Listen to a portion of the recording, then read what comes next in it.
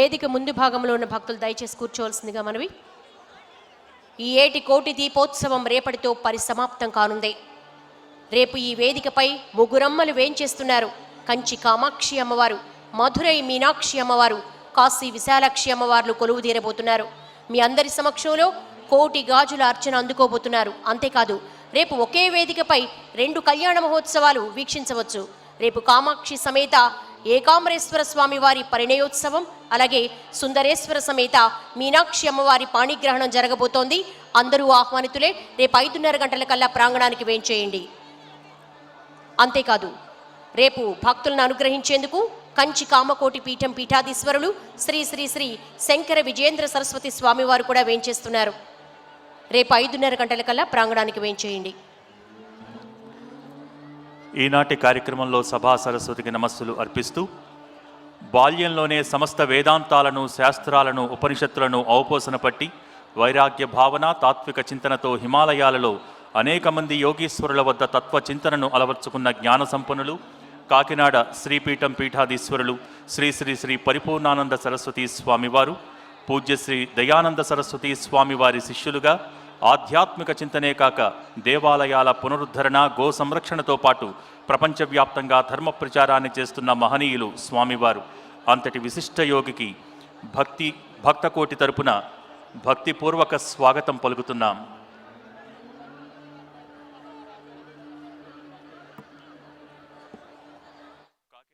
కాకినాడ శ్రీపీఠం పీఠాధీశ్వరులు శ్రీ శ్రీ శ్రీ పరిపూర్ణానంద సరస్వతి స్వామివారికి భక్తులందరి కోలాహలం మధ్య వారికి భక్తకోటి తరపున భక్తిపూర్వక స్వాగతం పలుకుతున్నాం.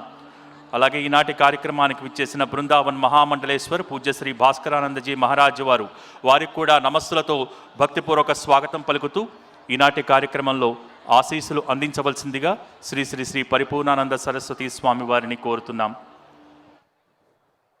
అలాగే ఈనాటి కార్యక్రమానికి ముఖ్య అతిథిగా విచ్చేసినటువంటి Hyderabad police commissioner Shri V C Sajjanar గారికి, వారికి కూడా ఇక్కడికి విచ్చేసిన భక్తకోటి తరపున సాదర స్వాగతం పలుకుతున్నాం.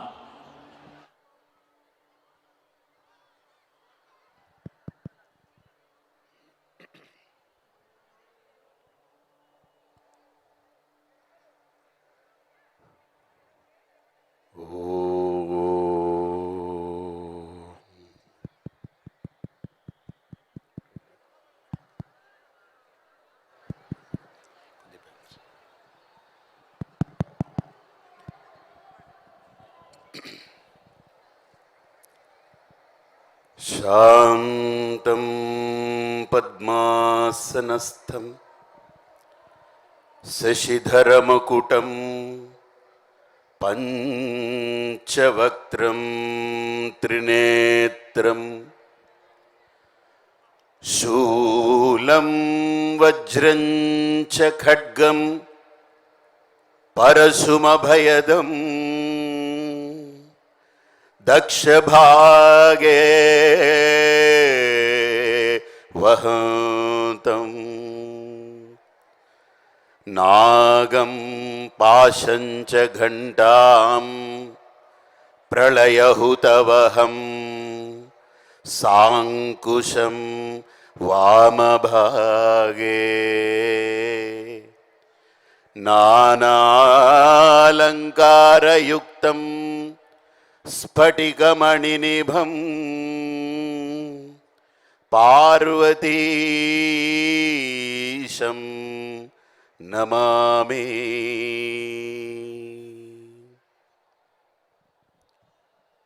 కొద్దిగా అందరూ మౌనంగా ఉంటే,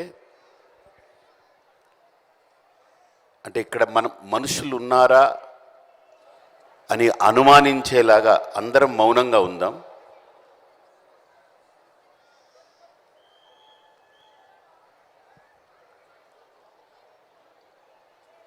ఇక్కడ మనుషులు గాలి పీల్చుకుంటున్నారా అని కూడా అనుమానం వచ్చేలాగా కొద్దిగా 1-3 నిమిషాలు మౌనంగా ఉందాం. మీరు ప్రవచనాలు వింటూ ఉన్నారు. 14 సంవత్సరాల ఒక సాధనతో కూడుకున్న ఒక వేదిక, భక్తి వేదిక. ఇది ఎందరో మహనీయుల్ని, మహాత్ముల్ని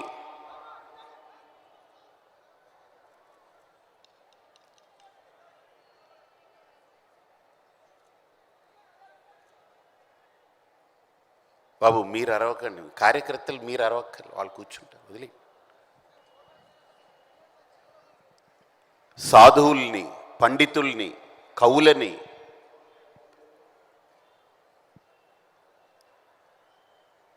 మారుమూల ప్రాంతాల్లో ఉన్నటువంటి దేవాలయాల్లో కొలువై ఉన్న దేవతల్ని ఒక వేదికపై 14 సంవత్సరాలుగా చేరువ చేస్తున్నటువంటి, ప్రధానంగా భక్తి టీవీ, ఎన్టీవీ,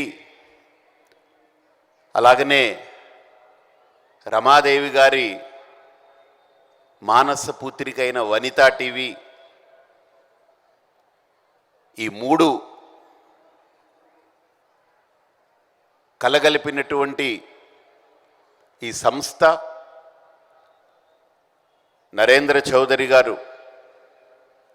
రమాదేవి, అలానే వారి పాప, ఒకే కుమార్తె రచన, వీళ్ళందరి ఆలోచన,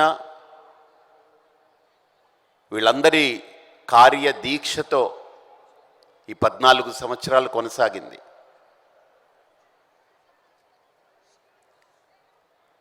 అలాంటి వేదిక పైన ఈరోజు మీరు ఇన్ని కార్తీక మాసాలు చూశారు, ఇన్ని దీపోత్సవాలు చూశారు, కానీ ఒక చిన్న మాట చెప్తాను. మనందరం ఈరోజు రాగలుగుతున్నాం,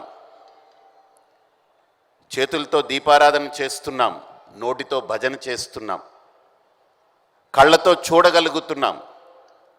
కానీ ఒక మహానుభావుడు ఒక మాట అన్నాడు, భగవంతుడా, నా జీవితంలో ఒక రోజు వస్తుంది, ఆ రోజు నా చేత్తో పైకి లేపి నీకు పూలు వేయగలనో లేదో, నా కాళ్ళతో నడిచొచ్చి నీ దగ్గరికి రాగలనో లేనో, నా కళ్ళు నిన్ను చూడగలుగుతాయో లేవో, నా చెవులు నీ నామాన్ని వినగలుగుతుందో లేదో, నా నోరు ఒక్కసారి నీ మాటని, నీ మంత్రాన్ని ఉచ్చరించగలుగుతుందో లేదో, నా శరీరంలో నవనాడులు నీకు నమస్కరించడానికి సహకరిస్తుందో లేదో, అసలు నేను లేచి నిలబడగలనో లేదో, అసలు నా ఊపిరి గట్టిగా పీల్చుకొని విడిచిపెట్టగలనో లేదో, ఆ ఘట్టం వచ్చేటప్పుడు నాకేం కనపడదు కదా, అప్పుడు నిన్ను ఎలా ప్రార్థించాలి?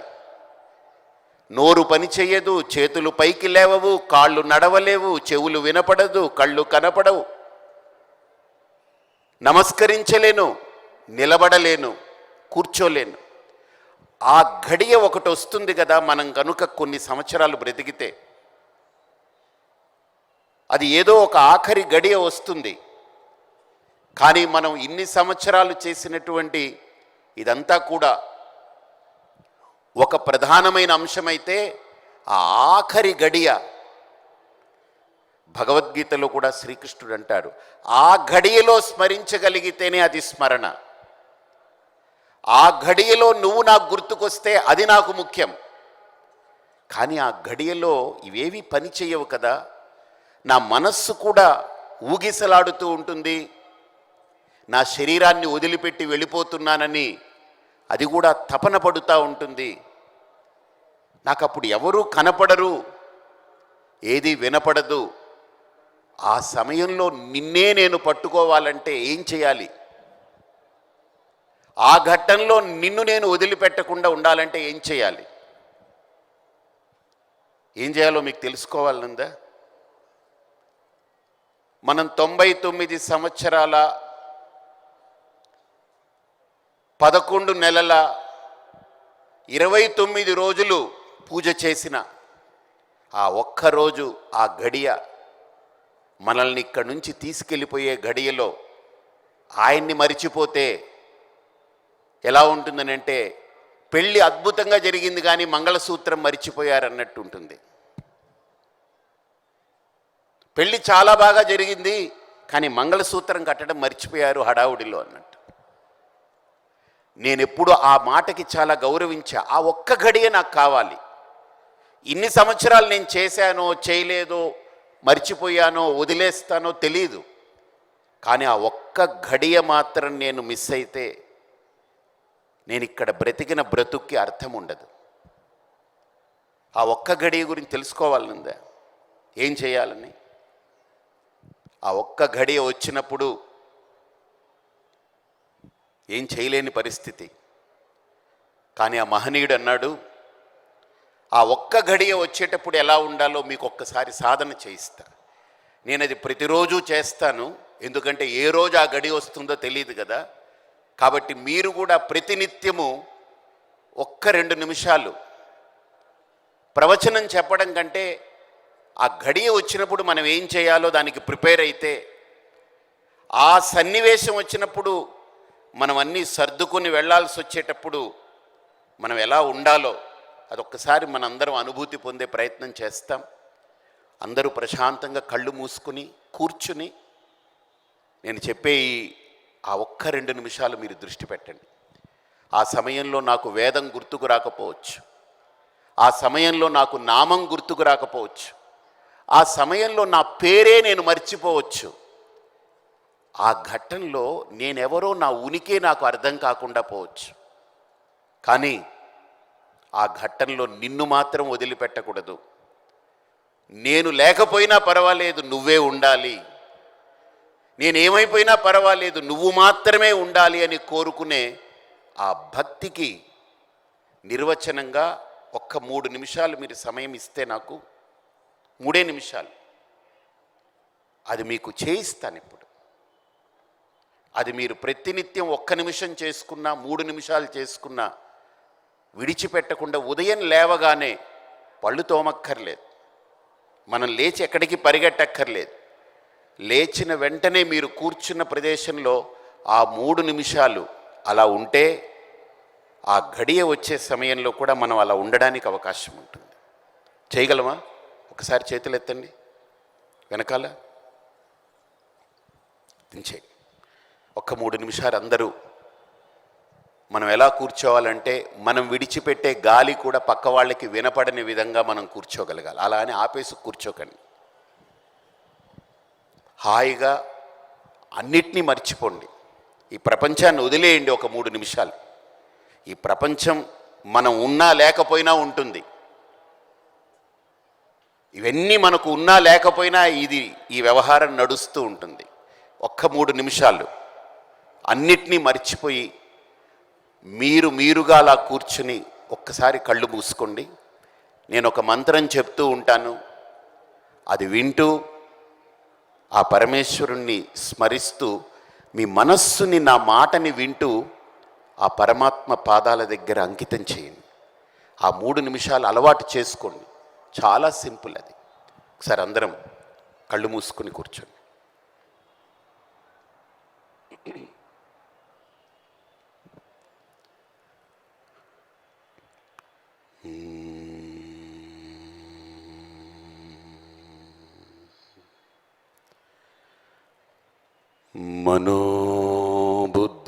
మనోబుద్ధ్యహంకార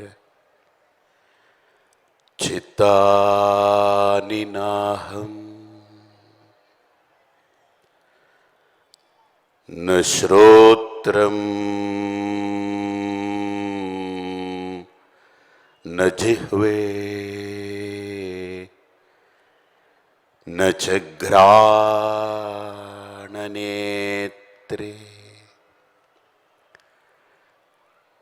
న చ వ్యోమ భూమిః న తేజో న వాయుః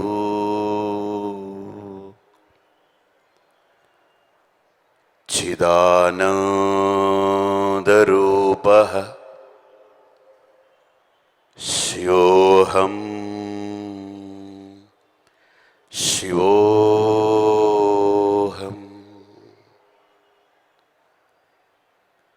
चिदानन्दरूपः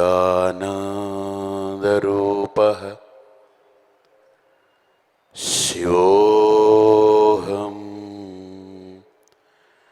शिवोऽहं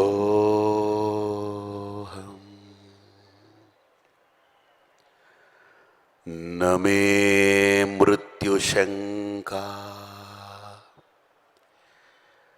न मे जातिभेदा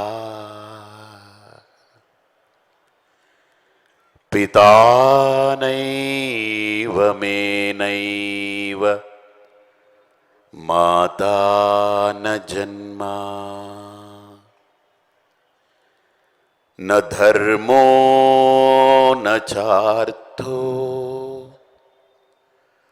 न कामो न मोक्षः चिदानन्दरूपः शिवोऽहं शिवोऽहम्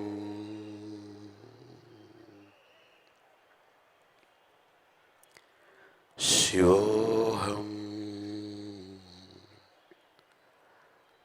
शिवोऽहं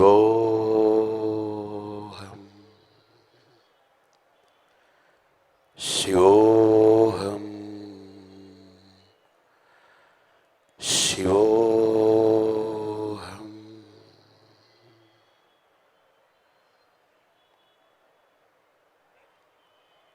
ఒకసారి అందరూ కళ్ళు తెరవండి. ఈ మంత్రం అర్థం ఏంటనంటే మనస్సు, బుద్ధి, నా ఆలోచనలు, నా ఇంద్రియాలు, నా శరీరం ఇవన్నీ నేను కాకుండా అయిపోతాను ఒకరోజు. ఆ రోజు నేనే నాకు అర్థం కాకుండా పోతాను.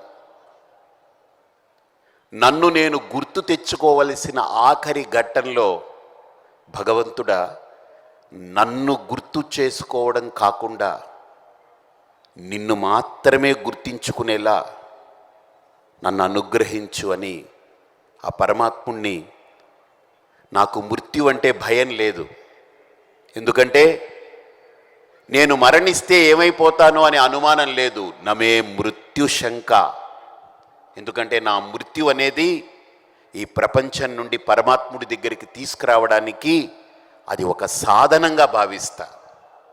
అంతేగాని నేను ఈ ప్రపంచాన్ని వదిలి వెళ్ళిపోతాననే భయం పడను. నేను హాయిగా ఇంతకాలం ఈ ప్రపంచంలో నన్ను ఉంచావు, ఇప్పుడు నీ దగ్గరికి తీసుకెళ్తున్నావని భావిస్తా.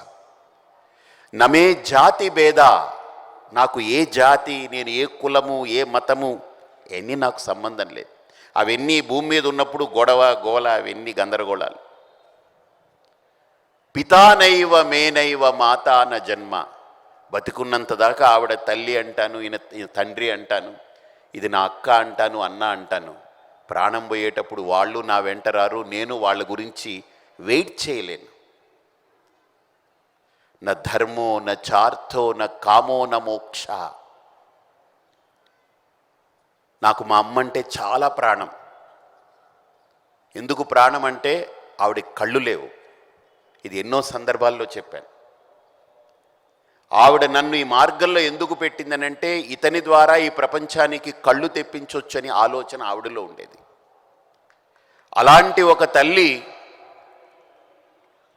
ఆవిడికి ఆఖరి ఘట్టం వచ్చింది. ఆవిడ నాకు చెప్పింది, నువ్వు ఎక్కడికి వెళ్ళకు, ఉండగలవా నాతోటి అనింది.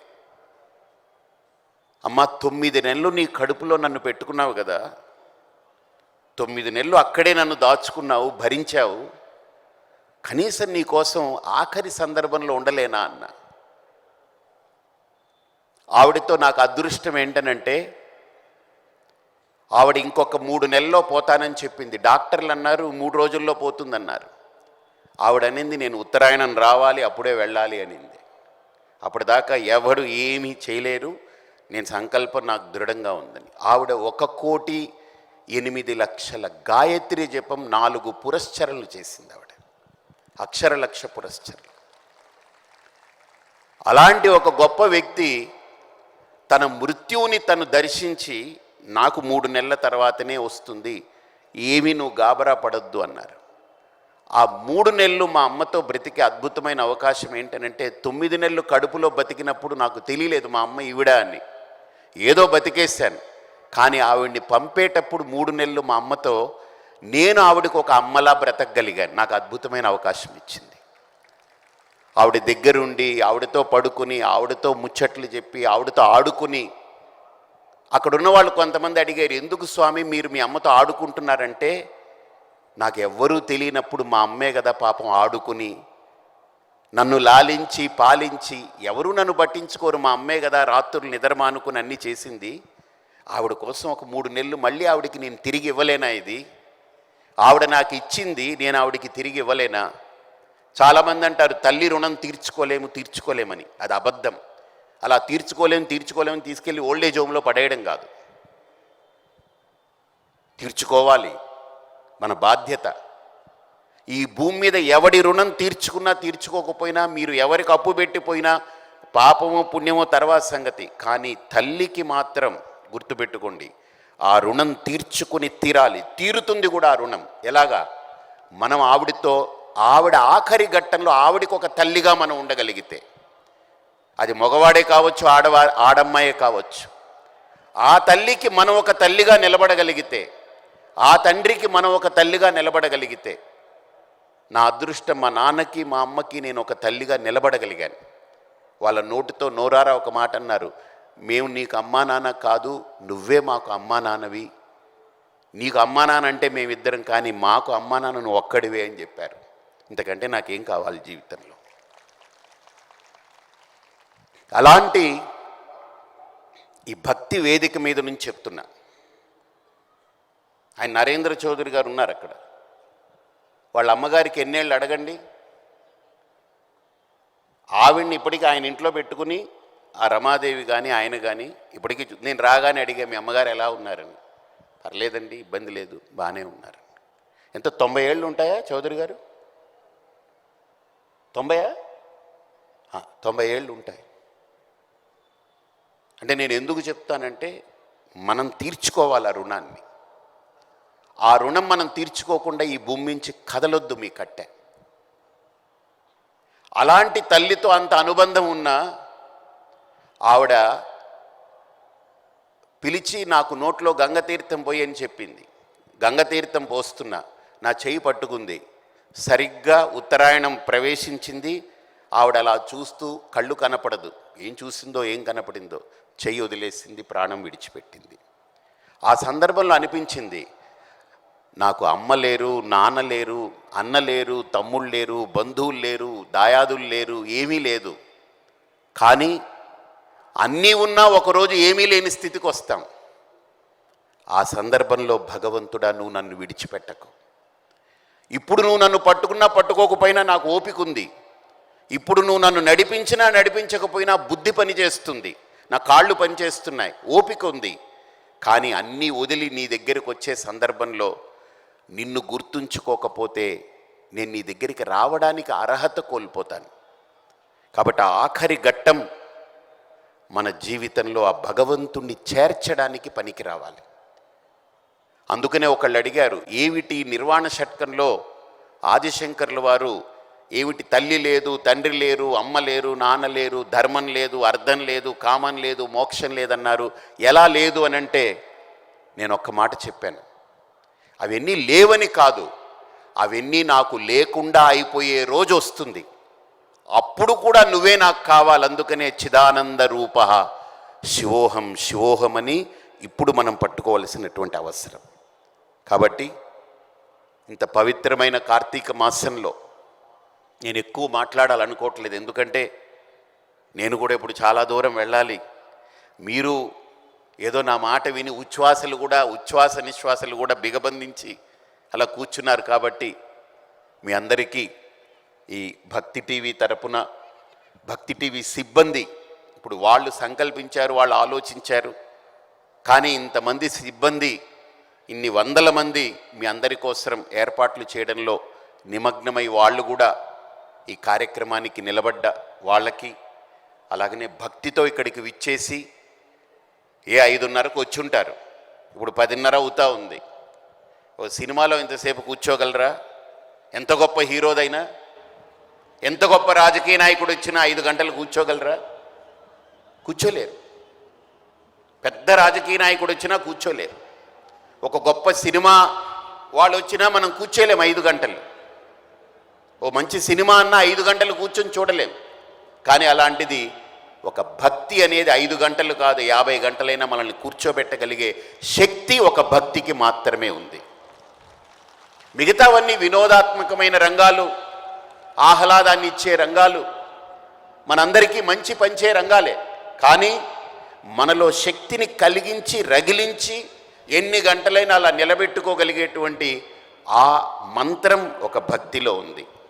అందుకనే మీరందరూ కూర్చుని ఈరోజు మంచిగా ఈ కార్యక్రమాలన్నీ ఆస్వాదించారు. మీ ఆస్వాదన రండి రండి రండి రావాలి, మిమ్మల్ని పిలుస్తున్నా. రండి రమాదేవి రండమ్మ, రండి రండి రండి రండి ఒకసారి. ఈరోజు ఇంత కార్యక్రమాన్ని మీరు దర్శించి ఇంతమంది దేవత అనుగ్రహాన్ని పొంది బ్రాహ్మణుల యొక్క వేద మంత్ర ఉచ్చారణతో పునీతులమై దీపారాధన చేసి మీరింటికి ఏం పట్టుకెళ్తారు అని అంటే, ఈ భక్తి టీవీ వేదికగా ఒకటి మట్టుకు పట్టుకెళ్ళండి. అంటే టేక్ హోమ్ అని ఉంటుంది కదా, ఏదో ఒకటి పట్టుకెళ్ళాలి ఇంటికి. అదేది ఇక్కడ దొరికిన పూలో లేకపోతే దొరికినవన్నీ పట్టుకుపోవడం కాదు, ఈ వస్తువులు కాదు. మీరు ఇంటికి ఒక్కటి పట్టుకెళ్ళండి. ఒక్కటే నేను చెప్తాను, అంటే నాకేం మీరు డబ్బులు ఇవ్వక్కర్లేదు, వీళ్ళకేం డబ్బులు ఇవ్వక్కర్లేదు, ఏం చేయక్కర్లేదు. ఒక్కటి మర్చిపోకండి, ప్రతిరోజు ఉదయం లేవగానే 3 నిమిషాలు, ఎక్కువ వద్దు, 3 నిమిషాలు చిదానంద రూప శివోహం శివోహం, చిదానంద రూప శివోహం శివోహం, చిదానంద రూప శివోహం శివోహం 3 సార్లు చెప్పుకోండి చాలు. భగవంతుని ఇది కోరుకోండి. ఆఖరి ఘట్టం నా జీవితంలో వచ్చేటప్పుడు నేను అన్నీ మరిచిపోయినా, అన్నీ వదిలేసినా నువ్వు నా చేయి విడిచిపెట్టకు అని ప్రతిరోజు కోరుకోండి. ఒక్కసారి నాతో ఆ మంత్రం చెప్పండి.